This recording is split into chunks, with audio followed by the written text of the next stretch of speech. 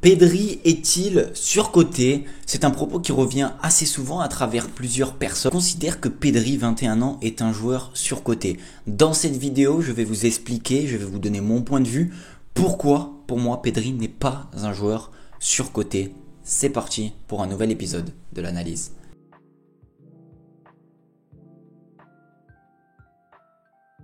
Bon, alors, avant tout, le thème surcoté, faut le comprendre parce qu'il y a beaucoup de personnes qui balancent ce thème-là, cette définition-là, à tout va, comme si c'était une virgule. Quand on balance un mot comme ça sur un joueur ou sur quelqu'un ou même sur une chose, il faut pouvoir le comprendre et d'abord assimiler cette définition du surcotage et du sous-cotage. Qu'est-ce que la vraie définition du surcotage et du sous-cotage? Mais là, en l'occurrence, le sujet de la vidéo, c'est le surcotage, donc c'est quelque chose qui a plus que sa valeur réelle, ou dans le sous-cotage, c'est quelque chose justement qui a moins que sa valeur estimée. Donc là, en l'occurrence, on parle de Pedri.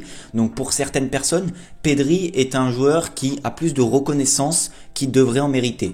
Pour étirer les lignes, Pedri est un joueur que tout le monde pense qu'il est très fort alors qu'en vrai, il n'est pas si fort que ça. Voilà. C'est exactement ce que les gens ou certaines personnes disent de Pedri et justement cette vidéo elle est là pour en répondre. De toute façon, jusqu'à là, je pense que vous avez déjà compris ce thème-là, ce surcotage, ce sous-cotage. Il n'y a pas besoin de vous apprendre plus que ça, mais je voulais quand même remettre un petit peu dans l'ordre qu'est-ce qui était vraiment le surcotage parce que plusieurs personnes, comme je vous ai dit, le balancent et c'est assez contradictoire et même parfois contre-productif de le dire parce qu'il n'y a pas de fond, il n'y a pas de vérité en finale. Pour le point numéro 1, est-ce que Pedri est surcoté? Il faut d'abord revenir et parler de son passé, puis ensuite son présent. Son passé, c'est quoi?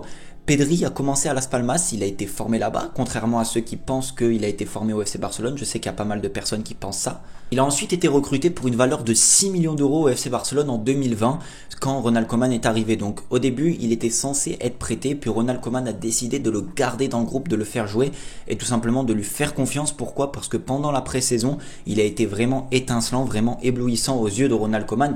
Et quand même, Ronald Koeman, ça reste quand même un très grand défenseur dans l'histoire du football, dans l'histoire du FC Barcelone. Ça va pas être quelqu'un qui va balancer des avis ou qui va repérer un joueur sans forcément avoir une idée dessus. Il n'y a pas de pistonnage ou de quoi que ce soit. Pedri n'était pas connu. Il avait fait une saison à Las Palmas où il avait fait des très bonnes performances, surtout face au Real Madrid, je m'en rappelle. Donc Ronald Koeman, il avait une petite idée de Pedri, mais il n'avait pas forcément la vérité sur lui. Il fallait qu'il le voie à l'entraînement, il fallait qu'il le voie faire, qu'il le voie jouer pour pouvoir tirer sa propre conclusion et savoir si le prêter était vraiment la bonne solution parce que le Barça, c'est ce qu'il voulait faire.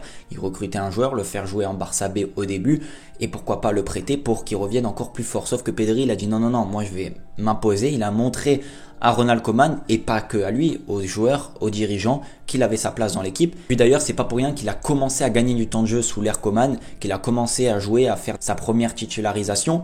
Et il a quand même des performances assez notables pour un joueur de 17 ans à l'époque, je tiens quand même à le souligner. Titularisation à 17 ans au FC Barcelone avec l'équipe A, ça reste quand même une très belle chose pour un joueur de 17 ans. Si maintenant ça devient de plus en plus, devient professionnel maintenant à 15-16 ans. Donc 2020, c'était encore cette période-là où 17 ans, c'était quand même un assez jeune âge et ça reste un très jeune âge. Première titularisation au Barça à 17 ans.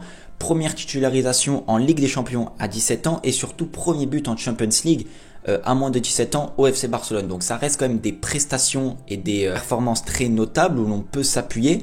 Et pour un joueur qui est censé être surcoté à l'heure actuelle, faire ça à 17 ans, je ne pense pas que tout le monde puisse le réussir. Maintenant, c'est le débat parce que il y a beaucoup de personnes qui disent qu'il est surcoté à l'heure actuelle. Peut-être qu'à l'époque, il ne disait pas ça. Mais il faut quand même prendre son passé en compte, puis ensuite prendre son présent. Sa première saison, elle est exceptionnelle, sincèrement, et je pense que c'est là le deuxième tournant, le deuxième vrai tournant de sa petite et jeune carrière, de son début, j'ai pas envie de dire de descente, mais son début où il a commencé à baisser de niveau.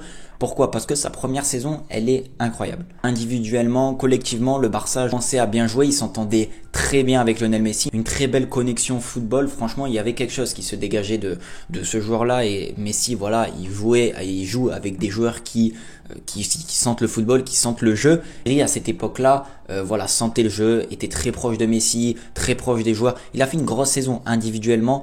Franchement, ça a été impressionnant et il a vite été comparé à Iniesta et c'est justement là que je veux en venir par rapport à son deuxième tournant parce que quand tu as 17 ans, presque 18, et qu'on te compare déjà à Iniesta, que tu reçois, je le rappelle, le trophée du Golden Boy, puis ensuite il reçoit le trophée Copa, donc 2 trophées récompensant un jeune joueur, c'est quand même de la pression sur les épaules, surtout quand je dis quand tu es un joueur de 17 ans, quand tu joues au FC Barcelone, tu as l'argent qui commence à venir, tu as la pression médiatique, la pression, tu as beaucoup de pression en fait qui commence à arriver, donc il faut savoir le gérer. Surtout que Pedri, à la fin de cette saison 2021, il joue l'Euro 2020 qui était reporté en 2021 avec l'Espagne. Il fait un très grand Euro parce que pendant l'année, il avait été sélectionné par Luis Enrique, il avait d'ailleurs marqué son premier but.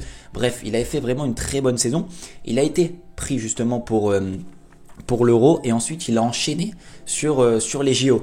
Donc Pedri en 2021 a cumulé une 80 ou 90 matchs, je sais plus, il y avait une stat qui était sortie assez impressionnante de la part de Pedri par rapport à cette saison-là où il avait fait un nombre de matchs assez incroyable. Et c'est pour ça que je parle de deuxième tournant, parce que pression médiatique, comparaison avec Iniesta, comparaison avec un nouveau grand milieu de terrain au FC Barcelone, performance exceptionnelle, Euro, JO, enfin Jeux Olympiques, tout ça s'accumule en une saison. T'as forcément des percussions, t'as forcément des problèmes, ça va jouer sur ton impact physique. Et Pedri, finalement, à la saison d'après, devenu plus fragile, a été vraiment son corps en fait lui a dit stop, là t'as 17 ans, c'était ta première grosse saison dans le monde professionnel, t'as joué des matchs de très haut niveau, là je ne tiens plus. Et son corps n'a plus tenu, il a commencé à être blessé, il a commencé à baisser de niveau. Même quand s'il revenait, il faisait des éclairs, on retrouvait un petit peu ce Pedri là. On n'a jamais réellement revu en fait le Pedri qu'on a vu lors de sa première saison. Et c'est, je pense, à partir de ce moment-là que les gens ont commencé à dire que Pedri était quelqu'un de surcoté, que Pedri était peut-être surestimé. Moi je pense pas, parce que finalement quand on réunit tout ça à son jeune âge, tout ce qu'il a fait déjà pour une première année dans le monde professionnel, on ne peut pas considérer que c'est un joueur surcoté. Et en plus de ça, je vais m'appuyer bien évidemment sur des statistiques, sur des faits individuels. Pedri, la première saison avec le FC Barcelone, c'est 52 matchs, toutes compétitions confondues, 4 buts, 6 passes décisives. Pour un joueur de 17 ans, ça reste quand même de très belles statistiques, surtout pour un milieu de terrain. Donc ça, c'était lors de sa première saison, là où justement, il a vraiment puisé dans ses premières réserves en tant que footballeur. 2021-2022, Pedri, au total, c'est 22 matchs, 5 buts, 1 passe décisive. Donc c'est justement après cette saison-là où il avait vraiment poussé dans ses réserves. Et d'après 2021-2022, 22 matchs, 5 buts, 1 passe décisive. Et on voit qu'il a baissé, mais pour un milieu de terrain, en 22 matchs, 5 buts, ça reste quand même assez des stats corrects en vrai pour un milieu de terrain qui se projette bien. On voit quand même qu'il y a des éclairs, et surtout que Pedri, individuellement, intrinsèquement, on voit qu'il se dégage quelque chose. On voit que sur une passe, il est capable de casser une ligne, que sur un dribble, il est capable de déstabiliser une défense. C'est vraiment un joueur spécial, un joueur différent, on le voit très bien. Je pense qu'il faut pas être dupe, il faut pas être supporter de quelconque club pour reconnaître le talent indéniable de Pedri. Maintenant, est-ce que le talent fait que c'est un joueur surcoté ? Ça, comme j'ai dit, il y a beaucoup de personnes qui vont dire oui, beaucoup de personnes qui vont dire non. Pour moi, c'est pas parce que Pedri a un super talent et qui ne le met pas en œuvre à 20 ans, 18, 19 ans, 21 ans, comme vous voulez, ça dépend sur les années, que c'est forcément un joueur surcoté. Pour ce qu'il a fait déjà depuis qu'il a 17 ans, pour moi, en aucun cas Pedri est un joueur surcoté. Et justement, ça se confirme sur la saison dernière où Pedri a été vraiment important pour son club, pour le Barça qui a été champion d'Espagne. On le rappelle, Pedri marquait des buts exceptionnels, faisait des passes décisives. Il était décisif en fait dans cette équipe-là, et c'était super important parce que le Barça ne gagnait pas par de gros scores, mais justement par de petites marges où des joueurs spéciaux, des joueurs différents faisaient gagner les matchs. Et ces joueurs différents-là, c'était Lewandowski qui est un super joueur, Pedri. Il fallait s'appuyer sur le talent, sur les qualités individuelles de chaque joueur. Et Pedri a montré l'année dernière l'étendue de sa classe en fait. Donc oui, il a été blessé. Oui, il n'a pas fait non plus 38 matchs en Liga. Mais en Liga, c'est 26 matchs, 6 buts et une passe décisive, il me semble. C'est son meilleur ratio sur une saison. 7 buts, toute compétition confondue, il avait marqué en Supercoupe. En championnat, ces 7 buts, ils ont été décisifs, ils ont été importants. Et au-delà de ça, quand il est revenu, parce qu'il commençait à revenir bien physiquement, on retrouvait le bon Pedri. On retrouvait un Pedri étincelant, un très très très grand joueur qu'on espérait, le talent qu'on espérait commencer à se mettre en évidence. Puis cette saison, il a commencé à être blessé.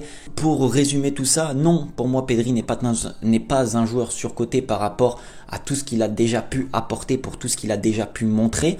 Maintenant, oui, on attend beaucoup plus d'un joueur comme Pedri. Oui, Pedri est un joueur fragile, est un joueur qui doit se renforcer musculairement, qui doit se renforcer aussi psychologiquement. mais ça ne fait pas de lui un joueur surcoté. À 21 ans, il a accompli déjà des choses vraiment très très bonnes. Globalement, il répond aux attentes, Pedri, au Barça. Oui, maintenant, ça devient un joueur plus confirmé, ça devient un joueur en fait réellement important du club. Voilà, c'est un titulaire indiscutable. Seulement à 21 ans. Est-ce qu'à 21 ans, on est un titulaire indiscutable du FC Barcelone? Ça reste difficile, on reste très jeune à 21 ans. Et pour moi, Pedri, voilà, faut qu'il gère un petit peu plus cette pression, qu'il gère ses blessures, qu'il gère son corps. Et ce sera un joueur exceptionnel, je ne doute pas, je pense qu'il sera parmi les 3-4 meilleurs milieux de terrain du monde sur les 10-15 prochaines années, sans aucun doute, je le signe maintenant, c'est pas parce que je suis barcelonais, c'est pas pour ça, c'est parce que oui, je trouve que c'est un super joueur, je l'adore, mais je pense que dans la vidéo j'ai été objectif, j'ai aussi relevé ses points négatifs, c'est un joueur qui a par l'habitude de garder parfois un petit peu trop la balle, de faire un petit peu des mauvais choix ou de faire des passes faciles, mais quand il se met à jouer, quand il a confiance en lui, c'est un joueur exceptionnel. Et ça reste, je le rappelle, un très jeune joueur. Donc merci les gars d'avoir suivi cette vidéo. Qu'est-ce qu'il faut faire maintenant pour tous ceux qui disent que Pedri est un joueur surcoté? Bon, bien évidemment, ça reste souvent des personnes qui n'aiment pas le Barça ou des personnes qui n'aiment pas du tout Pedri, qui le détestent ou quoi que ce soit. Moi, je trouve que c'est un joueur assez humble, un joueur qui a l'air de dégager une certaine sérénité, qui a l'air d'être très gentil. Donc, je comprends pas la haine et l'harcèlement qu'il peut parfois subir des supporters madrilènes, bien évidemment. Je pense que le Pedri insouciant peut être très dangereux sur les prochaines années, qu'un Pedri sans pression peut faire très mal. La magie de Pedri, elle est là, elle sera toujours là, il faut qu'il continue à l'évoluer. C'est un joueur différent, une vision de jeu exceptionnelle. Le problème, c'est qu'il est fragile et il faut le laisser se développer, il faut le laisser encore éclore car c'est un jeune plein de prouesses. Et j'espère en tout cas qu'il me donnera raison. J'espère en tout cas que la vidéo vous aura plu. N'hésitez pas à vous abonner, à activer la cloche des notifications, à aimer, à partager, à faire tout ce qui bon vous semble. Moi, je vous dis à la prochaine. J'espère que cette vidéo vous aura plu. Prenez soin de vous et de votre famille. Je vous fais des bisous.